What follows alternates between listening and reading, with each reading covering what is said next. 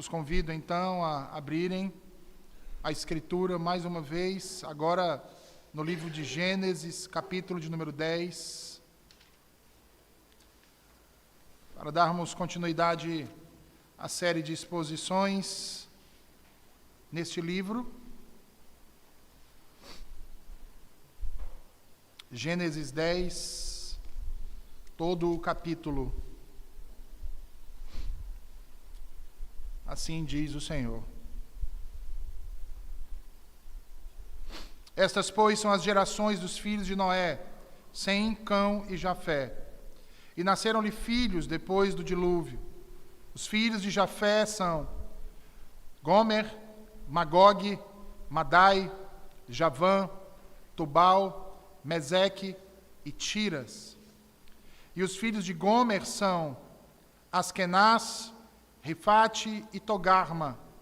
E os filhos de Javã são Elisá, Tarsis, Quitim e Dodanim. Por estes foram repartidas as ilhas dos gentios nas suas terras, cada qual segundo a sua língua, segundo as suas famílias, entre as suas nações.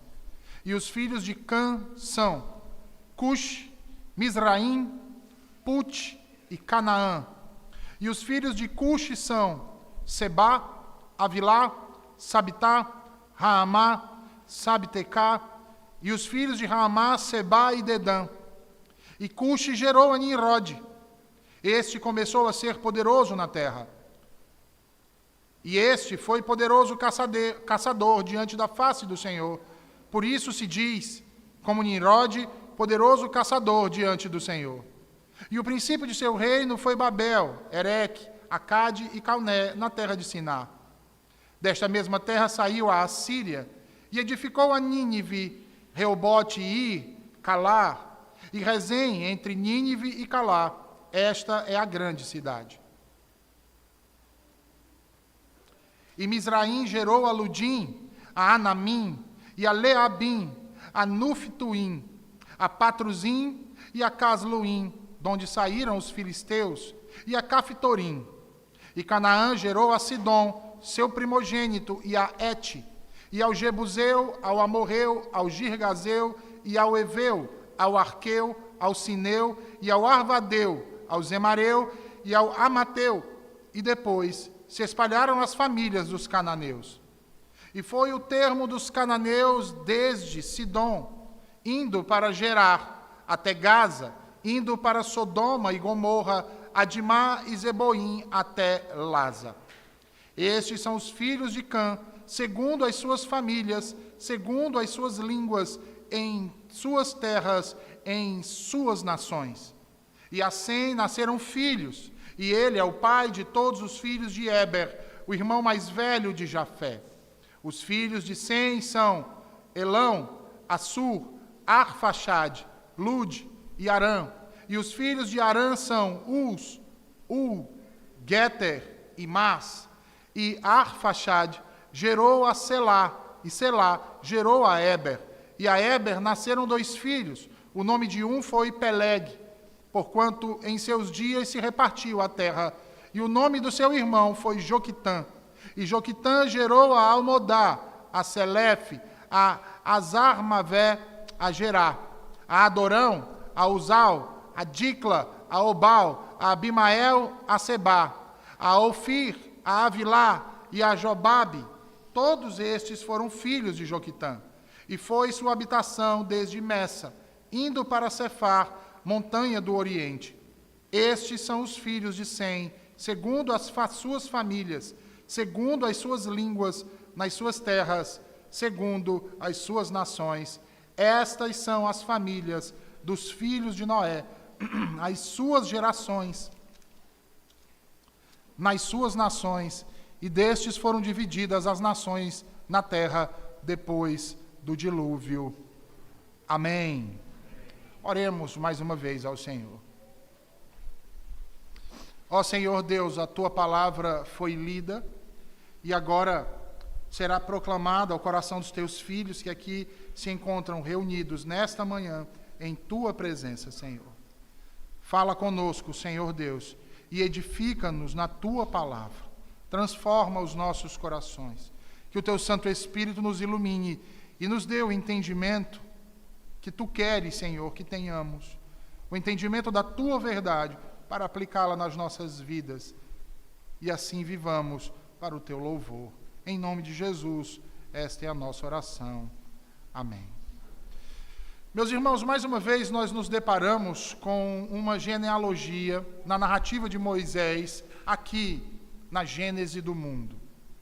De certa forma, como nós já falamos anteriormente, as genealogias não são exatamente o que a maioria de nós gosta de ler e aprender nas Escrituras. Muitos de nós, inclusive, ao se depararem com um texto como esse, costumam pular essa parte, a parte da genealogia. No entanto, nós não podemos esquecer que elas fazem parte do material revelacional que foi inspirado por Deus através do seu Santo Espírito e preservado ao longo de séculos e milênios para que chegasse até nós. E por que Deus fez isso? Porque o Espírito preservou genealogias nas suas sagradas Escrituras. Ora, assim o fez para mostrar a sua importância. Isso significa dizer que mesmo as genealogias, essas sequências de nomes estranhos a nós, a nossa cultura, são importantes para Deus, portanto são importantes dentro da história da redenção e da revelação de Deus. Elas possuem propósitos.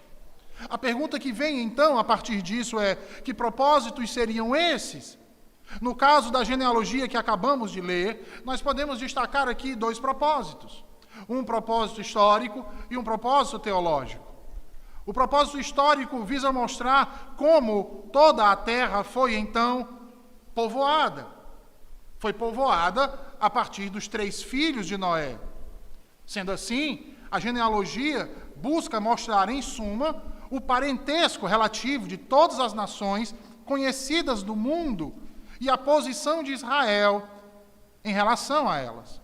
O segundo propósito, como nós falamos, é um propósito teológico, que é o de mostrar o desenvolvimento da história da redenção, tanto no cumprimento das promessas de Deus, nós vamos lembrar da promessa de fecundidade, de domínio, de sujeição, como também das demarcações da linhagem da promessa, que culmina com o descendente da mulher, que esmaga a cabeça da serpente. Notem que as últimas alusões às genealogias se encontram exatamente aonde? Nos evangelhos.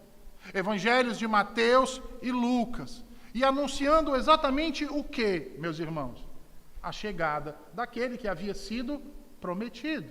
E depois disso, nós não vemos mais a Escritura fazer nenhuma relação a genealogias.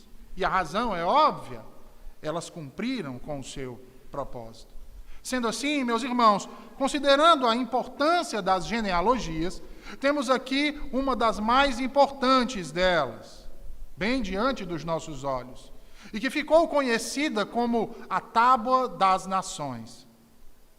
Por que Tábua das Nações? Ora, porque nela se apresentam a ancestralidade comum de todos os povos, que se multiplicaram sob as bênçãos de Deus, como tribos, nações, e todas elas distintas umas das outras.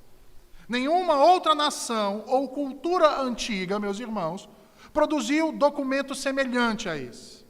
Ele é o único do ponto de vista arqueológico, ele é único do ponto de vista histórico. Por isso, recebe o nome de Tábua das Nações. Mas ele também é chamado de Toledot, como nós vimos no hebraico nas genealogias anteriores. E quando falamos de Toledot, estamos falando das gerações. E nesse caso, nós chegamos então, na narrativa de Gênesis por Moisés, a quinta Gênese, a quinta Toledot, da última história, a história primeva, da era que antecede a era abraâmica. E percebam a realidade disso, que vai estar exposta aqui a partir do versículo 1, e que eu peço a você que volte os olhos para a Escritura, já que estamos falando de genealogias, você vai olhar bastante para a Escritura hoje acerca de tudo que nós vamos falar.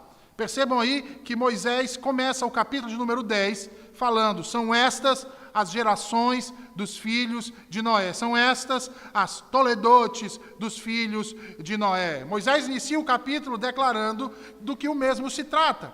Esse capítulo se trata da gênese dos seus filhos. A gênese dos filhos de Noé. Os 3 filhos, Sem, Cã e Jafé. Os 3 que povoaram toda a terra. Isso nos leva, então, a indagar quais os motivos para Moisés incluir essas genealogias na história que vem narrando até aqui. Em primeiro lugar, a primeira razão é para mostrar que todas as nações e tribos que surgiram após o dilúvio possuíam uma descendência comum.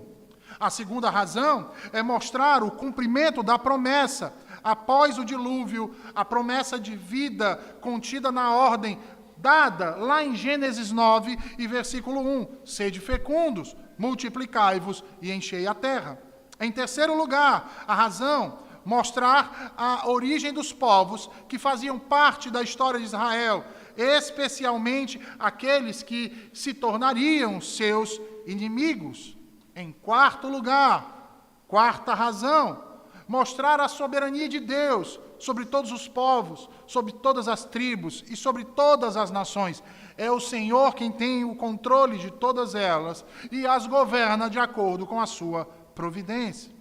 Em quinto lugar, ou quinta razão, mostrar a continuidade da linhagem santa de onde viria o descendente da mulher. E percebam, então, como a narrativa passa a ser alterada aqui.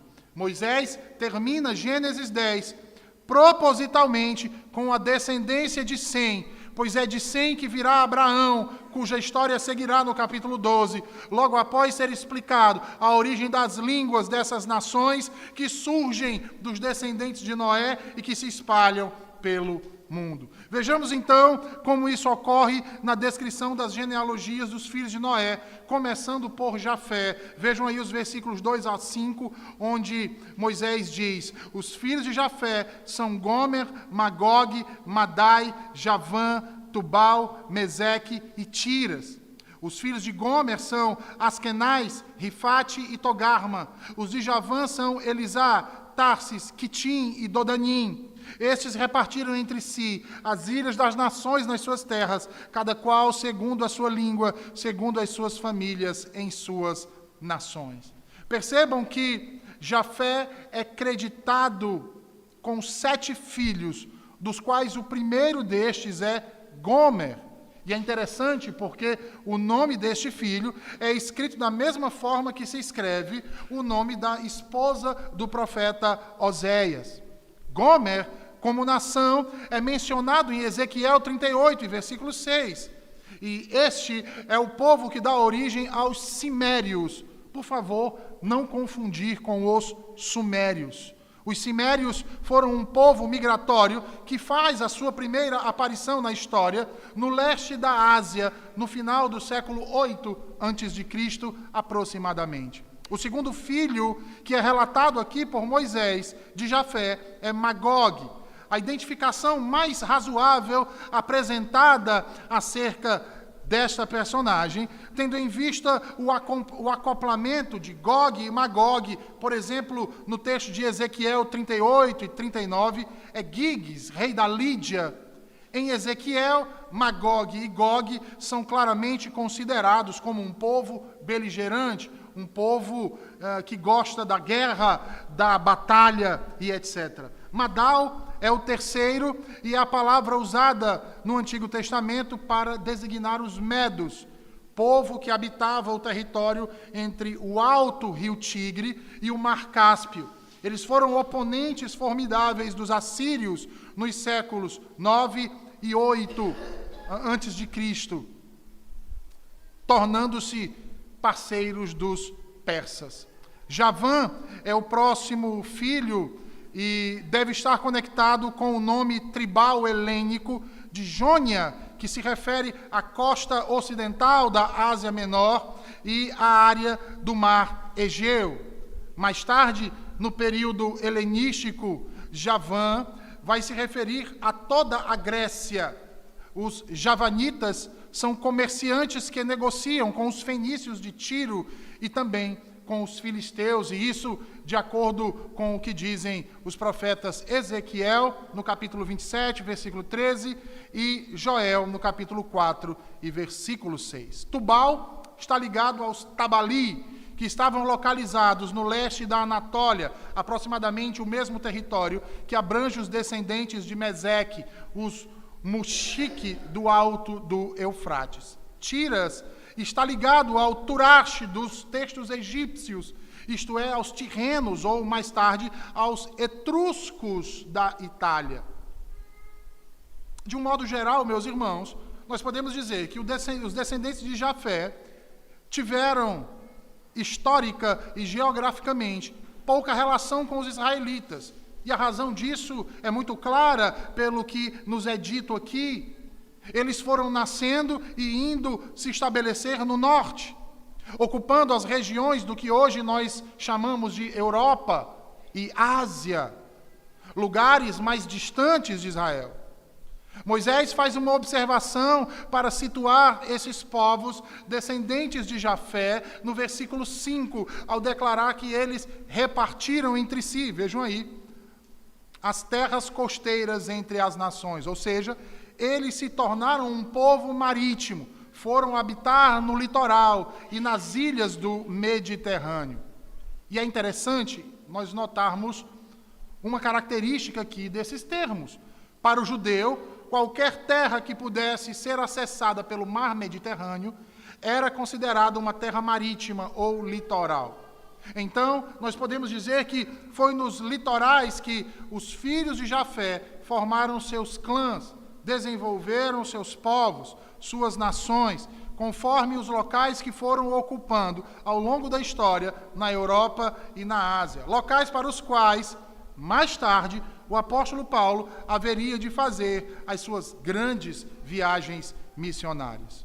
Em síntese, portanto, nós podemos dizer, meus irmãos, que Jafé deu origem, então, aos medos, aos turcos, aos armênios, aos gregos, aos espanhóis, aos italianos, aos moradores da ilha de Chipre, aos cretenses e vários outros povos que passaram a habitar na Europa e, mais especificamente, na Ásia Menor. E um detalhe importante a ser mencionado aqui é que, nesse relato dos filhos de Jafé, a palavra nações aparece pela primeira vez nas Escrituras. E olha que interessante, porque a palavra nações no hebraico é goim, e ela serve para fazer uma distinção entre judeus e gentios, hebreus e gentios. Sendo assim, meus irmãos, os jafitas ocuparam a região da Ásia Menor e a região conhecida hoje como Europa, e nunca tiveram muito contato com os semitas, seus parentes. Até que um dia, um semita, Saulo de Tarso, foi lá pregar o evangelho para eles. Por que isso é importante de ser mensurado aqui, irmãos? Porque se nós nos lembrarmos do que acontece no final do capítulo 9, Noé chama seus filhos e profetiza a eles. Ele abençoa a Sem, seu primogênito, e abençoa a Jafé, dizendo o que a respeito de Jafé? Que este habitaria nas tendas de Sem. Mas sabe quando isso aconteceu? Com Cristo Jesus e o Evangelho. A Europa e a Ásia Menor foram as regiões em que Paulo plantou muitas igrejas para cumprir aquilo que havia sido profetizado por Noé no versículo 27. Lembram? Volte aí na Escritura e veja. Deus diz assim: engrandeça Deus a Jafé e habite ele nas tendas de Sem. Os jafitas vieram para as tendas de Sem por meio do Evangelho de Cristo. A entrada dos gentios na igreja é o cumprimento dessa profecia de Noé sobre seu filho Jafé, de que um dia ele habitaria nas tendas de seu primogênito filho Sem. Será que genealogias são tão sem importância assim? Isaías, no capítulo 42 e versículo 4, certamente profetizou acerca disso, quando disse: não desanimará, nem quebrará, até que ponha na terra o direito, e as terras do mar aguardarão a sua doutrina. Estes, portanto, meus irmãos, são os descendentes de Jafé, os povos marítimos que ocuparam a Ásia e a Europa. Vejamos agora, então, a descendência de Cã, o filho mais moço de Noé. Gênesis 10, versículos 6 ao 20, olha aí o que diz a Escritura. Os filhos de Cã foram Cuxi, Misraim, Pute e Canaã. Os filhos de Cuxi, Sebá, Avilá, Sabitá, Raamá, Sabtecá. E os filhos de Raamá, Sabá e Dedã. Cuxi gerou a Nimrod, o qual começou a ser poderoso na terra. Foi valente caçador diante do Senhor. Daí dizer-se, como Nimrod, poderoso caçador diante do Senhor. O princípio do seu reino foi Babel, Ereque, Acade e Calné na terra de Siná.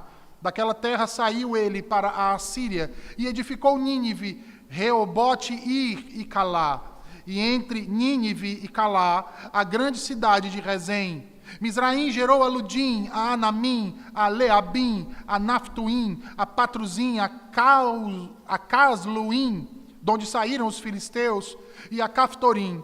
Canaã gerou a Sidom, seu primogênito, e a Et, e aos Jebuseus, aos Amorreus, aos Girgazeus, aos Eveus, aos Arqueus, aos Sineus, aos Arvadeus, aos Zemareus, aos Emateus. E depois espalharam as famílias dos cananeus. E o limite dos cananeus foi desde Sidom, indo para Gerá, até Gaza, indo para Sodoma, Gomorra, Adimá e Zeboim até Laza. São estes os filhos de Cã, segundo as suas famílias, segundo as suas línguas, em suas terras e nações. Então vejam, de Cã saíram 4 filhos. O primeiro é Cush, que se estabelece então no nordeste da África. Os gregos se referiam a essa região como Núbia. A Septuaginta, versão grega do Antigo Testamento, usa o termo homonimamente para a Etiópia, o que nos leva então a uma questão, se estamos lidando aqui com uma Cuxi etíope, uma Cuxi arábica ou uma Cuxi cassita. No entanto, não é Cuxi que Moisés destaca aqui, e nem os demais filhos de Cã, mas Nimrod. Moisés chama a atenção para este bisneto de Noé, após o dilúvio.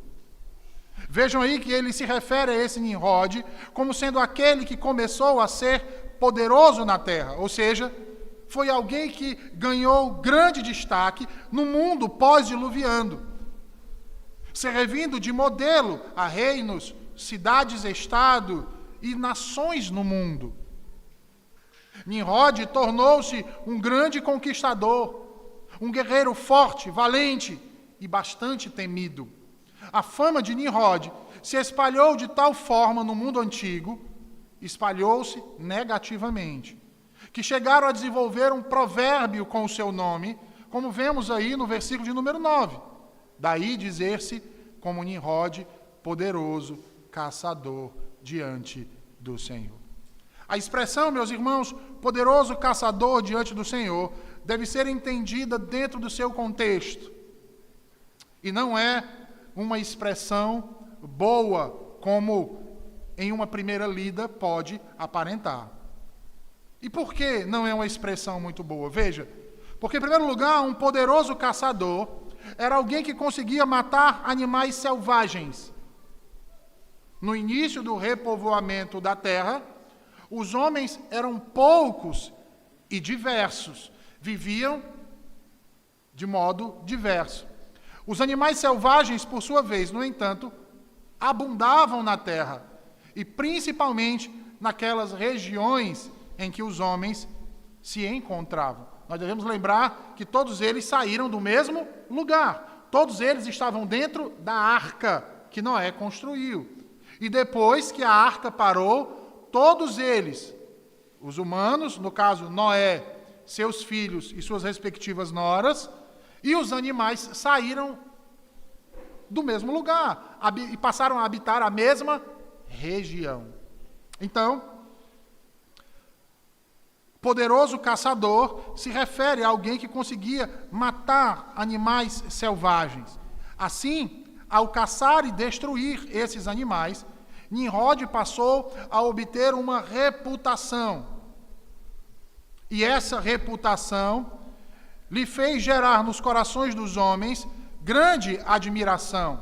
E este passou a tomar proveito disso, reunindo homens para si em grandes grupos, mais jovens e mais fortes, passando assim a estabelecer-se sobre os demais, com um poder absoluto, tirânico, prendendo, caçando e destruindo como animais todos aqueles homens que se opunham ao seu domínio. Tiranos e perseguidores, meus irmãos, são frequentemente chamados nas Escrituras de caçadores, como podemos ver no Salmo 91, em Jeremias 16, Lamentações 3 e 4. No entanto, Nimrod não exercia sua tirania apenas diante do povo, apenas diante dos mais frágeis, dos mais fracos, dos mais pobres. A expressão diz que ele o fazia diante de Deus. E eis aqui o grande problema, ou o maior problema dessa expressão, e que revela o caráter deste homem tão perverso. Diante do Senhor significa aqui na presença de Deus. O que significa dizer que Nimrod agia como aqueles gigantes antediluvianos agiram. Agia como aqueles homens, sob qual Deus teve que trazer o juízo, teve que trazer as águas do dilúvio. Teve de destruir a terra por conta de sua violência e corrupção. Nimrod não temia a Deus, antes desejava usurpar o seu domínio. É por isso então que nós vamos ver ele envolvido na construção da Torre de Babel, no capítulo seguinte. Ora, Nimrod está associado a essa torre diametralmente. Uma torre que tinha como objetivo alcançar os céus. Sabe para quê? Para que Nimrod pudesse curvar o seu arco e vencer Deus. Para que nunca mais esse Deus destruísse a humanidade. É isso que faz então Deus trazer juízo, como trataremos na exposição do próximo capítulo. Então, meus irmãos, vejam, Nimrod, ele foi o primeiro, diz Moisés, nos versículos 10 a 12, a construir um reino após o dilúvio, a construir cidades. E isso nos lembra também o que foi narrado antes do dilúvio, também com uma genealogia. Lembram? A primeira cidade foi construída por quem, irmãos? Caim, que deu a ela o nome de seu primeiro filho, Enoque. Não o que andava com Deus, mas o que se opunha a Deus. Agora, a construção das cidades é retomada por outro tirano, por outro que desafia a Deus em busca de autonomia. E olha que interessante, irmãos. A Bíblia nos traz a construção de cidades como expressão da autonomia e suficiência humana. E sempre vem a partir da linhagem de Caim. Sempre vem da linhagem profana, dos filhos da serpente. Na Bíblia, meus irmãos, as grandes cidades são vistas como centros do mal e da arrogância. É só você parar um pouco e analisar na história o que a Escritura fala acerca da Babilônia, o que fala acerca de Roma, o que fala acerca de Nínive. Grandes cidades, muito desenvolvidas, mas que sempre se levantaram como pendão do mal e do poderio humano diante de Deus e de seu domínio. São grandes cidades tomadas por aqueles que não temem ao Senhor. Vejam, Moisés nos diz no versículo 10 que Nimrod começou construindo 4 cidades na terra de Siná, e a mais famosa delas é Babel, onde haverá em Gênesis 11 o episódio da torre. De lá, como se não bastasse, Nimrod foi para a Síria e edificou mais 3 cidades, da quais a mais conhecida é Nínive, que ficou famosa mais tarde pelo envio do profeta Jonas para pregar a sua destruição. Nínive, em sua arrogância e prepotência, tinha ofendido a Deus de modo tão intenso que ele estava disposto a destruí-la, como havia destruído Sodoma e Gomorra. Essa cidade se tornará a capital dos assírios, grandes e poderosos inimigos de Israel. Portanto, Nimrod, neto de Cã, bisneto de Noé, é o precursor dos construtores de cidades e reinos e marca, no pós-dilúvio, o início da busca do homem por dominação e autonomia em relação ao Criador, em relação ao Deus vivo. Ele é o fundador da Babilônia e da Assíria, por isso ganha destaque nessa lista. Como dissemos no início, irmãos, essa genealogia, além do propósito histórico, tem um propósito teológico, tem uma razão de ser nas Escrituras. E uma das razões é esta: mostrar que, mesmo depois do dilúvio, mesmo depois da grande lição que Deus havia dado à humanidade, a corrupção no coração humano continuava. O homem permanecia totalmente depravado. Seu coração era inclinado para o mal. O dilúvio não havia curado o desejo do homem de ser autônomo, não havia sarado o desejo humano, adâmico, de ser igual a Deus e determinar assim o seu próprio destino, como podemos constatar aqui na pessoa de Nimrod. Mas além de Cush e seu neto Nimrod, Cã teve outros filhos que a Escritura menciona, como Misraim, palavra hebraica para Egito. Essa palavra ela tem uma forma dual, por causa exatamente da divisão do Egito em 2 partes, superior e inferior. Ele é o ancestral dos egípcios e dos filisteus, conforme dito no versículo 14. Put, olha que interessante, é o único filho de Cã que não tem sua genealogia descrita aqui. Não tem. Mas isso não significa que ele não foi fecundo. Ele foi fecundo. E como nós sabemos que ele foi fecundo? Ora, Jeremias 46, versículo 9, o profeta faz referência aos homens de Cush e Put, que manejam o escudo. Já em Ezequiel 30, versículo 5, Put é citado como uma nação junto da Etiópia, Lud, Arábia e Líbia. Nações condenadas a cair pela espada. Em Ezequiel 38:5, Put é destacado como um dos lugares ao lado da Pérsia e Cush, o que nos leva a deduzir que este se estabeleceu provavelmente na África, mais precisamente na Líbia. Chegamos então ao 4º filho, Canaã, que tem a sua genealogia aqui fortemente ligada à história de Gênesis 9, versículos 20 a 27, na qual Noé o amaldiçoa para ser escravo de seus tios, Sem e Jafé. A razão pela qual sua descendência ocupa maior parte da narrativa é seu relacionamento intenso e hostil com a nação de Israel. Canaã ocupou a terra prometida a Abraão e sua descendência. Observem que da lista de descendentes dos versículos 16 ao 18, nós temos Jebuseus, Amorreus, Girgazeus, Eveus, Arqueus, Sineus, Arvadeus, Zemareus e Emateus.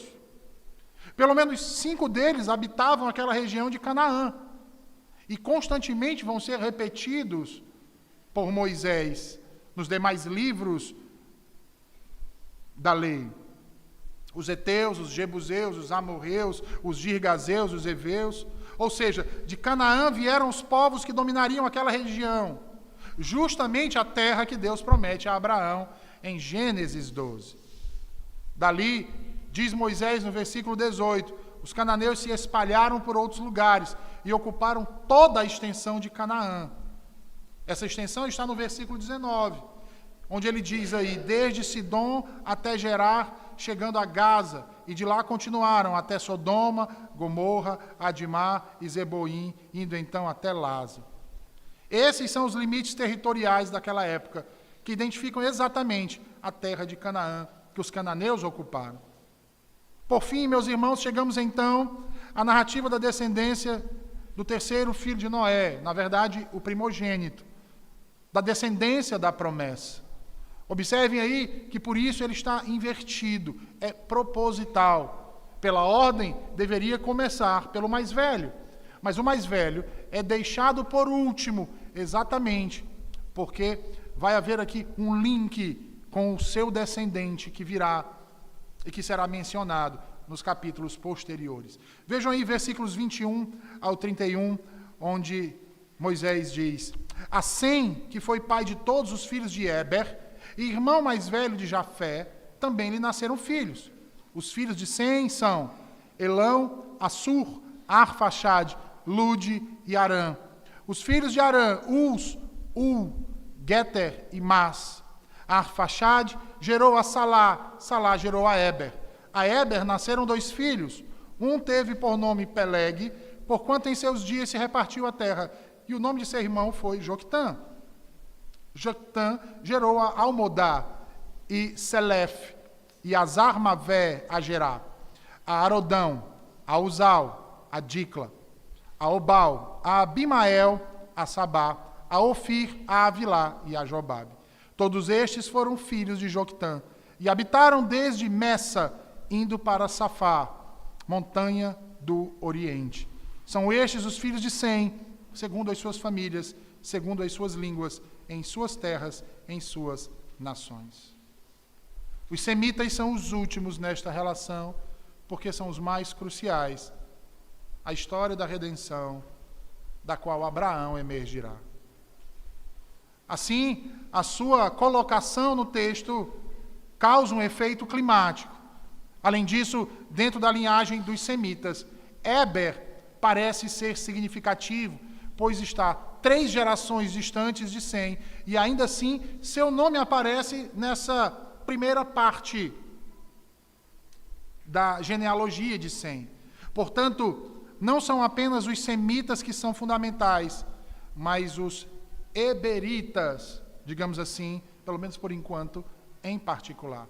Isso fica claro no início do versículo. E Sem, que foi pai de todos os filhos de Éber, e irmão mais velho de Jafé, também lhe nasceram filhos. Sem é citado como o pai de todos os filhos de Éber e irmão mais velho de Jafé.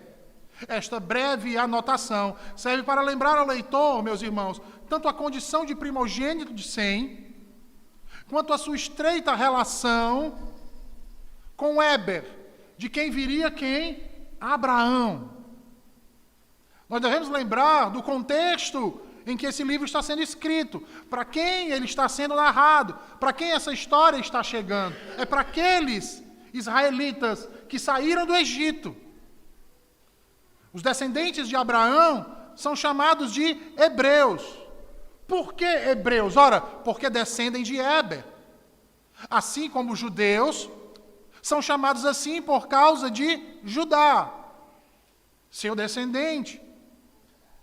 São chamados também de semitas. Por quê? Porque são filhos de Sem. E são chamados de israelitas. Por quê? Por causa de Jacó, que teve o seu nome mudado para Israel. Por isso, Moisés já começa dizendo que Sem é o pai de todos os filhos de Éber, ou seja, Sem é o pai de todos os hebreus. O que significa? Pai de Abraão, pai de Isaac, pai de Jacó. Dos filhos de Sem 5 são mencionados no versículo 22. Elão, Assur, Arfaxade, Lude e Arã. De todos estes, vejam aí, irmãos, Moisés destaca apenas o descendente de Arã e Arfaxade. Depois disso, seguem-se apenas os descendentes de Arfaxade. Mas por que Arfaxade? Ora, porque ele é o pai de Salá. E Salá é o pai de Éber. E Éber é o pai de Peleg e Joctã. De onde virá? Abraão.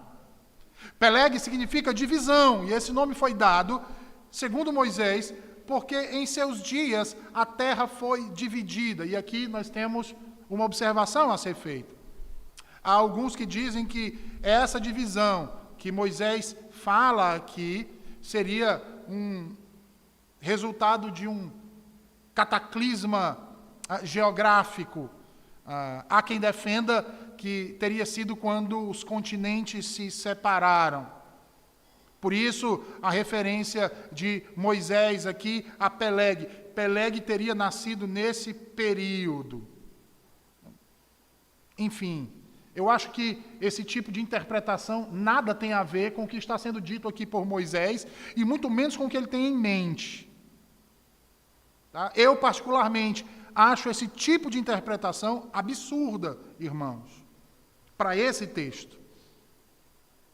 E eu prefiro observar o contexto em que esse texto está inserido para entender o que significa esse termo, esse nome Peleg, como significando divisão, e que nasceu num período em que o povo foi dividido, ou a terra foi dividida. Né? Então vamos lá. Em primeiro lugar, a palavra que é utilizada aqui e que significa divisão, pode ser também entendida como repartir ou espalhar. E o termo terra, que é utilizado aqui, pode também ser utilizado para se referir aos habitantes da terra. Então, tanto pode significar, de fato, uma divisão geográfica, como também que essas nações se espalharam sobre a terra. Sendo assim, considerando o contexto, a sequência narrativa, que no próximo capítulo vai fazer referência à Torre de Babel, é este o entendimento. Que entendimento? De que Peleg nasceu no período em que Deus confundiu as línguas e os povos se dividiram, se espalharam sobre a terra. Por quê? Essa é a mais assertiva. Ora, no episódio da Torre de Babel, o que acontece? Com todos aqueles representantes daquelas nações que trabalhavam naquela torre. As línguas são confundidas, eles não conseguem se entender e se espalham por sobre a terra. Sendo assim, nós podemos dizer que, no princípio, era um só povo que falava uma só língua. Fazendo menção aqui ao meu professor de hebraico, que dizia que essa era a língua original dos homens, o hebraico, a língua de Deus, e que por isso deveríamos ter tanto afeto por essa língua. Em Babel, Deus confunde então as línguas e os povos se separam. Então, provavelmente foi nessa época que Peleg nasceu. E o pai lhe deu esse nome como uma oração para lembrar o triste episódio que ocorreu em Babel. Não nego que, a certa altura, meus irmãos, pode ter havido um cataclisma geológico, mas está longe de poder se encaixar no texto se considerarmos o seu contexto. A certeza é de que o episódio aqui mencionado é o que aconteceu em Babel. E por quê, meus irmãos? Ora, há duas referências bíblicas que apontam para esse evento. Uma delas é em Deuteronômio 32:8, onde o próprio Moisés, escrevendo mais tarde, diz: quando o Altíssimo dava às nações a sua herança, quando separava os filhos dos homens, estabeleceu o território de cada povo conforme o número dos israelitas. Isso pode ser uma referência muito clara a essa divisão que aconteceu. A segunda referência bíblica que aponta para esse evento está em Atos 17, quando Paulo prega em Atenas. Ele diz: de um só fez toda a raça humana para que habitasse sobre toda a superfície da terra, determinando-lhes os tempos previamente estabelecidos e os territórios da sua habitação. Lembram do discurso de Paulo no Areópago?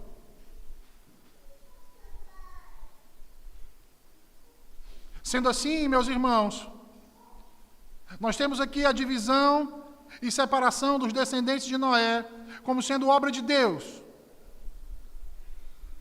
E ao fazer isso, Deus estreitava cada vez mais a linhagem da promessa, a separava das demais linhagens, ou da outra linhagem, e se concentrava em um descendente.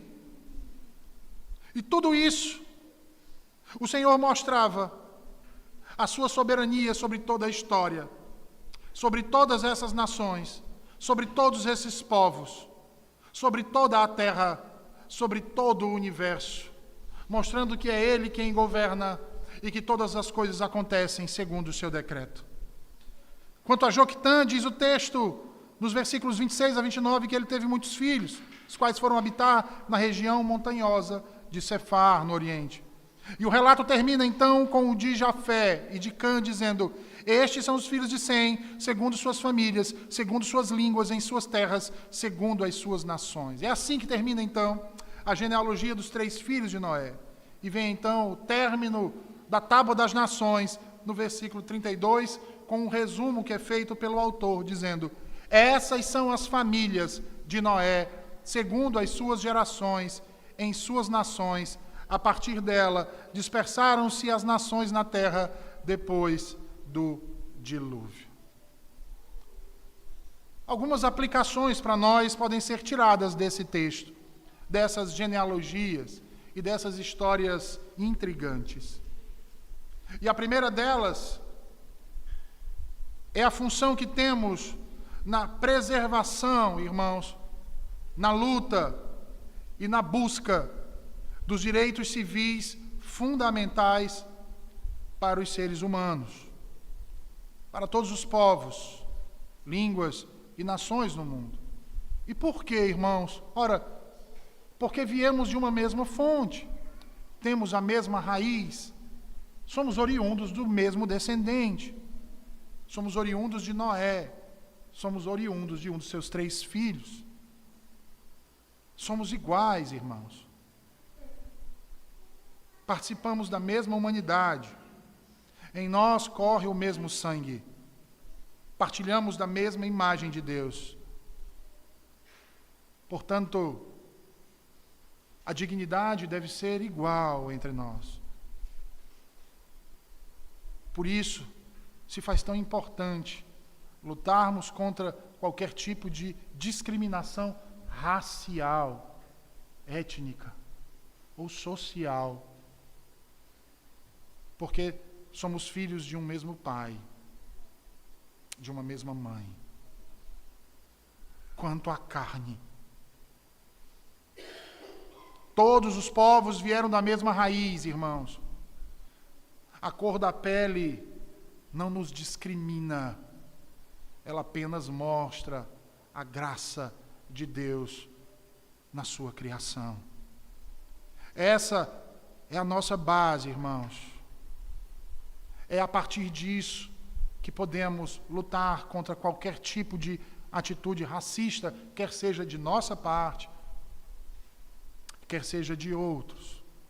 De lutarmos contra a opressão social, a desigualdade.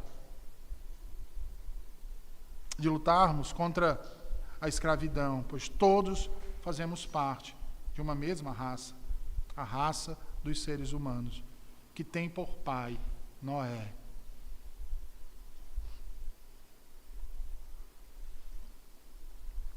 A segunda coisa que podemos aplicar às nossas vidas, extraída aqui do texto, é a realidade da depravação total do coração humano, irmãos. O coração do homem caído, corrompido pelo pecado, sempre desejará destronar a Deus e usurpar o seu trono, realizar o seu papel, agir de modo autônomo, designando o seu próprio destino, fazendo a sua vontade de acordo com os seus desejos mais vis. Essa foi a essência do pecado no Éden e que continua marcado no coração de todos os seres humanos. Caim, como nós vimos, inventou a sua própria religião. Lameque redefiniu o casamento. Dos descendentes de Caim vieram aqueles gigantes, os valentes varões de renome, poderosos antes do dilúvio, que mancharam toda a terra com violência, corrupção e sangue. De Cã vem Nimrod, que segue a mesma linha de Caim. Constrói um reino, começa a construir cidades, estabelece um império e se coloca sobre todos, desafiando o próprio Deus. Mas nós não podemos olhar para essas histórias e apenas olhar como um relato do que aconteceu na antiguidade. Essas mesmas coisas continuam a acontecer em nossos dias, em nossos tempos, agora ao nosso redor, onde muitos homens tentam destronar a Deus, usurpar aquilo que é característico dele e somente dele, através de uma visão materialista e naturalista do mundo, deixando Deus de fora de todas as conclusões e reinventando verdades ou meias verdades que não passam de mentiras, fazendo da ciência a nova divindade da humanidade. E isso vem sendo feito desde o século XVII com o iluminismo. Em nome da ciência, os homens querem destronar a Deus, querem usurpar o seu trono. Não é à toa os governos pelo mundo afora estarem tomando o próprio destino das pessoas em suas mãos, se assenhoreando das terras, se assenhoreando das próprias pessoas, de suas vidas, do seu trabalho.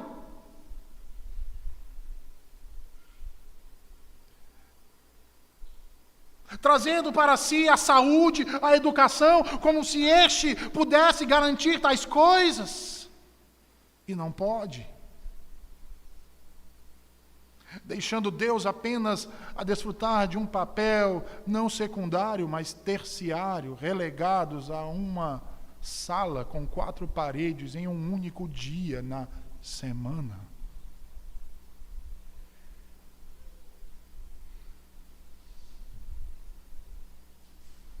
E aqui, meus irmãos, eu quero dizer que eu não tenho nada contra a ciência. Absolutamente nada. Pois, como diz Agostinho, todo conhecimento que o homem tem, só o tem porque Deus o iluminou. Eu me oponho à ciência que se opõe a Deus. Eu me oponho à ciência que tenta usurpar o lugar de Deus. É a essa que eu me oponho. A que quer tratar coisas que não podem ser mensuradas como coisas que são mensuradas. Que querem tratar aquilo que transcende o material como sendo material e não podem.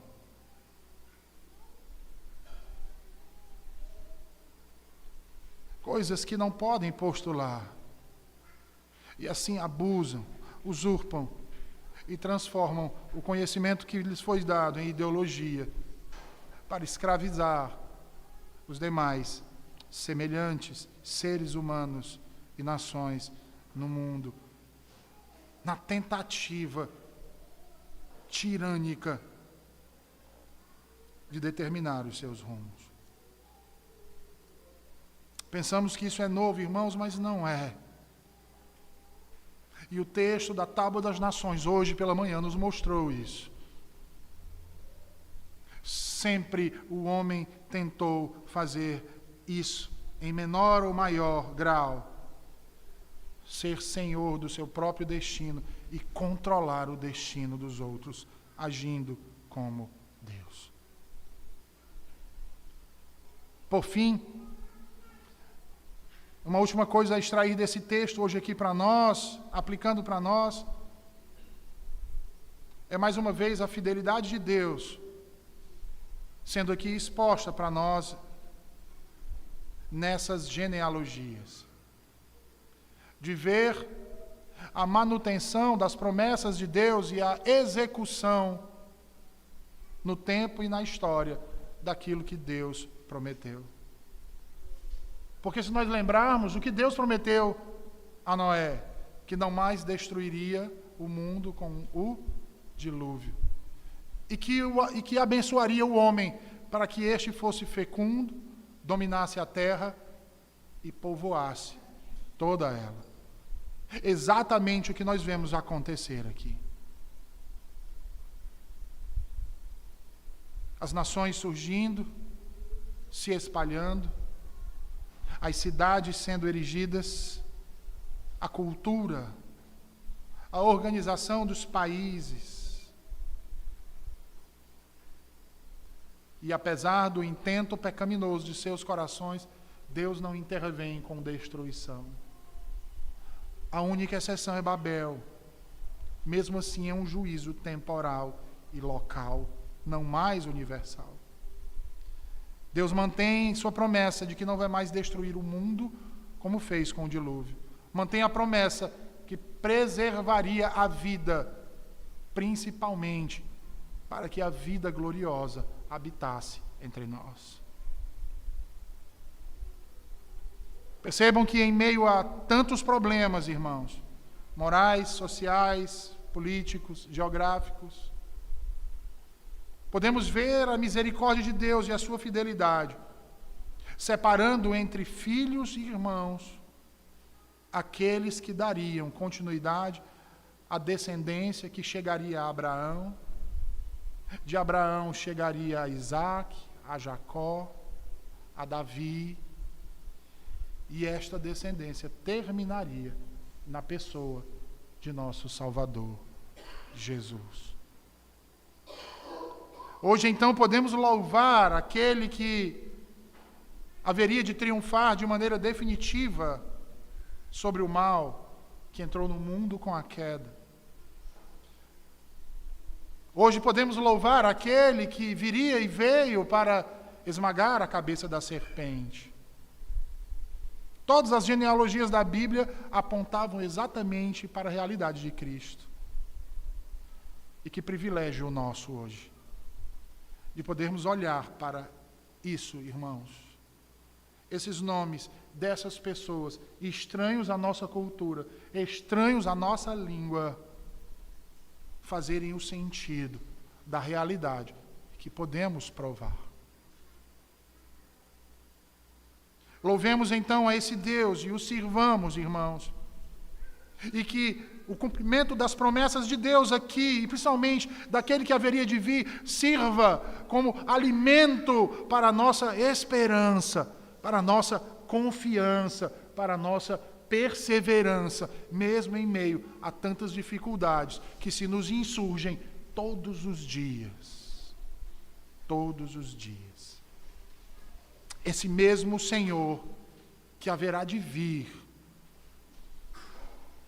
para um juízo final, e que após esse juízo final nos conduzirá para eternamente habitarmos ao seu lado, desfrutando do gozo da herança que separou para nós. Que o Senhor nos abençoe. Vamos orar, meus irmãos. Ó Senhor, nós te agradecemos por tua palavra na manhã de teu santo dia. Te agradecemos por nos mostrar a velha natureza que ainda habita no coração humano, Senhor, da necessidade que temos de Ti, da Tua palavra, da Tua justiça, da Tua lei, para refrear o mal, Senhor. para vivermos de modo santo e digno na Tua presença. Obrigado, Senhor, por nos mostrar o cumprimento das Tuas promessas e nos renovar a esperança, Senhor. Fortalecer-nos na perseverança e confiança da Tua fidelidade. Em Cristo Jesus, assim te oramos. Amém.